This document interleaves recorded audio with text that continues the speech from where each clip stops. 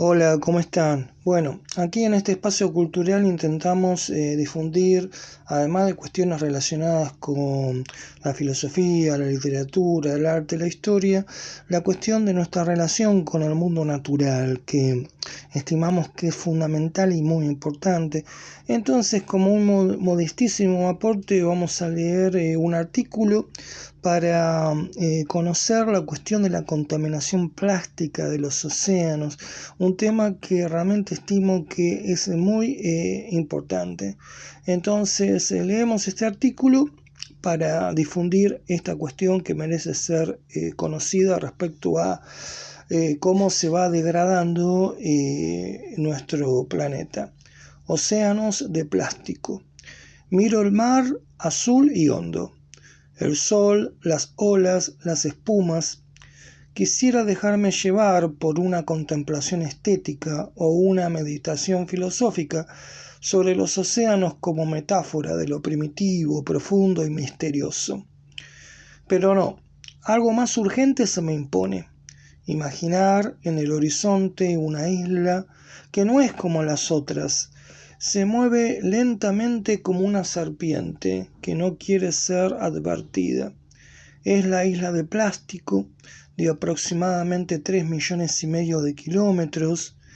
Observen 7 veces, por ejemplo, la superficie de España, que flota con un insistente movimiento giratorio en el norte del Océano Pacífico.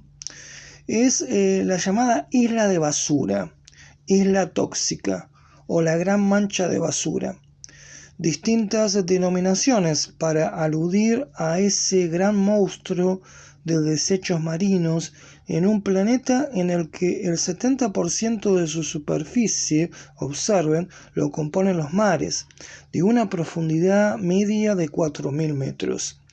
En los océanos se concentra el 97% de todo el agua de la Tierra, en una extensión aproximada de 1.300.000 millones de kilómetros cúbicos. Los océanos son el mayor hábitat del planeta, con hasta 1 millón de especies.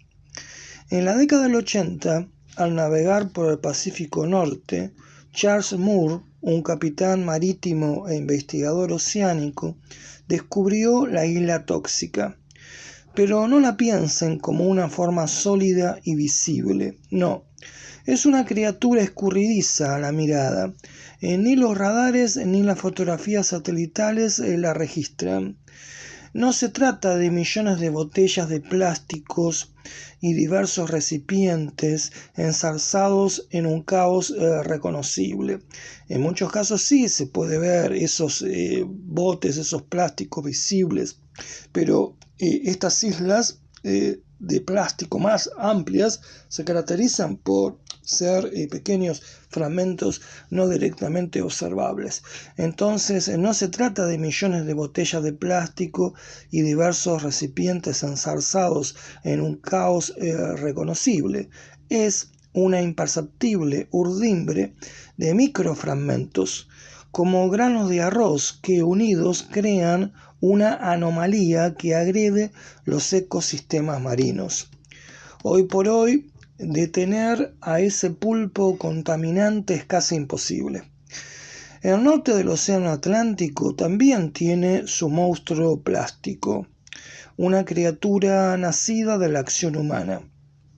China, Indonesia, Tailandia, Filipinas, Vietnam son los países que más vierten desechos plásticos. Los ríos son cintas líquidas de residuos que desembocan en los océanos. El 95% de los plásticos que llegan a los mares lo hacen a través de ríos como el Amarillo y el Yangtze de China, el Níger de Nigeria o el Mekong en Vietnam. Las extensiones costeras de los países entregan su aporte a la gran contaminación, pero también son fundamentales las descargas de desechos de los miles de barcos que recorren los mares, muchísimos de gran calado.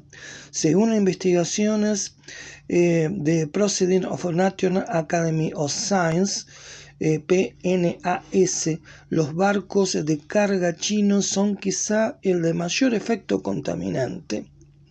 Los desechos en el Pacífico se apiñan en un movimiento estable y giratorio por el impulso de las corrientes. Los trozos de los plásticos fotodegradables, materiales que pueden ser degradados por la larga exposición a la luz, se descomponen hasta pequeñísimas partículas digeridas por los peces que habitan cerca de la superficie marina. Los residuos así ingresan en la cadena alimenticia. En algunos casos, la densidad de la concentración de los plásticos reducidos a mínimas expresiones es superior largamente a la del zooplancton. Confundiéndolo con estos microorganismos, las medusas consumen las toxinas de las partículas plásticas mínimas y estas a su vez son devoradas luego por otros predadores. Así, finalmente, los restos de basura plástica descompuesta terminan en los estómagos de aves marinas y de diversos animales de mar como las tortugas y los albatros de patas negras.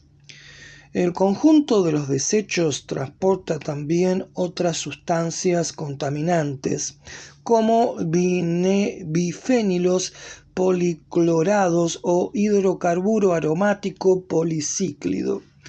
Y dado que muchos peces comen las medusas y éstas luego caen en las redes de la industria pesquera, terminan siendo también una fuente contaminante para la alimentación de los humanos. Y cientos de especies viven dentro de la gran mancha de basura, bajo una amenaza continua para sus procesos biológicos, lo que bien podría redundar en su fuerte diezmamiento. Y la contaminación de los mares coexiste con el gradual calentamiento global, esta famosa cuestión, asociado esto con las acciones humanas, que favorecen el aumento del dióxido de carbono y que contribuyen al famoso efecto invernadero de la atmósfera. Pero en los propios debates sobre el cambio climático, el efecto del aumento de las emisiones de dióxido de carbono en los océanos es secundario. Algo poco comprensible, atendiendo a que los océanos regulan el clima y la temperatura del planeta, proveen de alimento y agua y brindan un medio de vida a miles de especies. Y además, silenciosamente, los mares han adquirido un fundamental rol en el freno del cambio climático.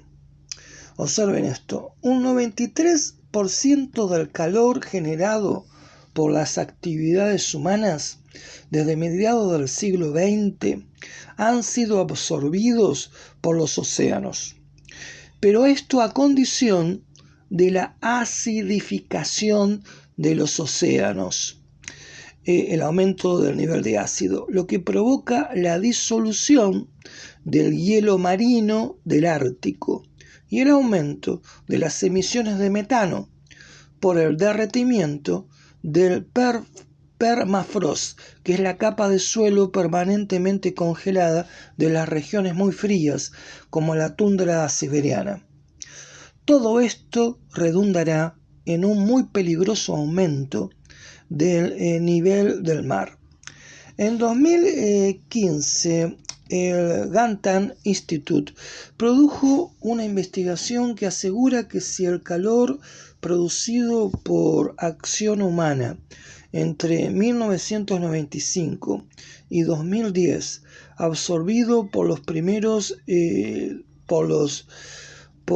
dos primeros kilómetros de profundidad de los océanos, se hubiera difundido en los 10 kilómetros inferiores de la atmósfera, la temperatura, escuchen esto, hubiera trepado a los 36 grados.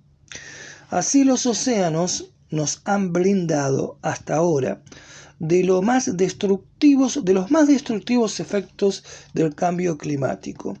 Han sido y son nuestros grandes benefactores. Pero ¿podrán los mares seguir absorbiendo tanto dióxido de carbono en el futuro con el aumento de la acidificación? Desde los tiempos de la industrialización, la acidificación ha aumentado 30%, lo que libera una sombra creciente de peligro sobre la vida marina. Y desde cierta perspectiva parecería que la contaminación marina es consecuencia ya inevitable del desarrollo industrial y de los desechos inevitables de la vida moderna compleja. Pero esta afirmación libera de responsabilidades a los poderes internacionales y consolida la ausencia de una comprensión holística de la relación entre las acciones humanas y el impacto ambiental. La transformación gradual de los mares en basureros líquidos refuerza al sapiens en su condición de máxima amenaza para la salud de la naturaleza. Pero también, desde un nivel de reflexión sobre los procesos culturales, la era de plástico confirma la inexistencia de conciencia oceánica en el tiempo tecnoglobal. Y la construcción de océanos de plástico y de aguas sobrecalentadas por la acción antropogénica, la acción humana, transforma la naturaleza del mar, de fuente de vida y navegación, a una fuerza degradada, con fuerte implicancia en el desquicio ecosistémico del planeta. Esta producción de lo marino es muy diferente al mar esencial, originario, el de las aguas insondables y de energía poderosa. Por eso miro de vuelta al mar azul y hondo, el sol, las olas, las espumas, y ahora me dejo llevar y no reprimo la emoción ante la belleza de las aguas que oculta millones de años de la poesía del mar sereno o de las tormentas y el oleaje furioso. Por sus caminos abiertos, siglos de navegación, de buques mercantes y de guerra, de naufragios y llegadas a puerto. El mar siempre el mismo, siempre joven, desparramándose en las costas de arena o entre rocas y acantilados. El mar perdido, el del horizonte lejano, la inmensidad sin fronteras, labio que besa el cielo, sin manchas de plástico y temperaturas desmadradas. Aquel horizonte del mar, el de las ballenas, el de la música de las olas, las corrientes, el viento. Bueno, este es un artículo que publicamos en la revista Viceversa y, como les decía, es un muy humilde intento de aportar un granito a la difusión de este preocupante tema de la contaminación plástica de los océanos, que, como vieron, tiene fuertes consecuencias en el equilibrio de los ecosistemas y en la cuestión del cambio climático. Bueno, que sigan las inquietudes, les mando un gran abrazo y será hasta el próximo encuentro.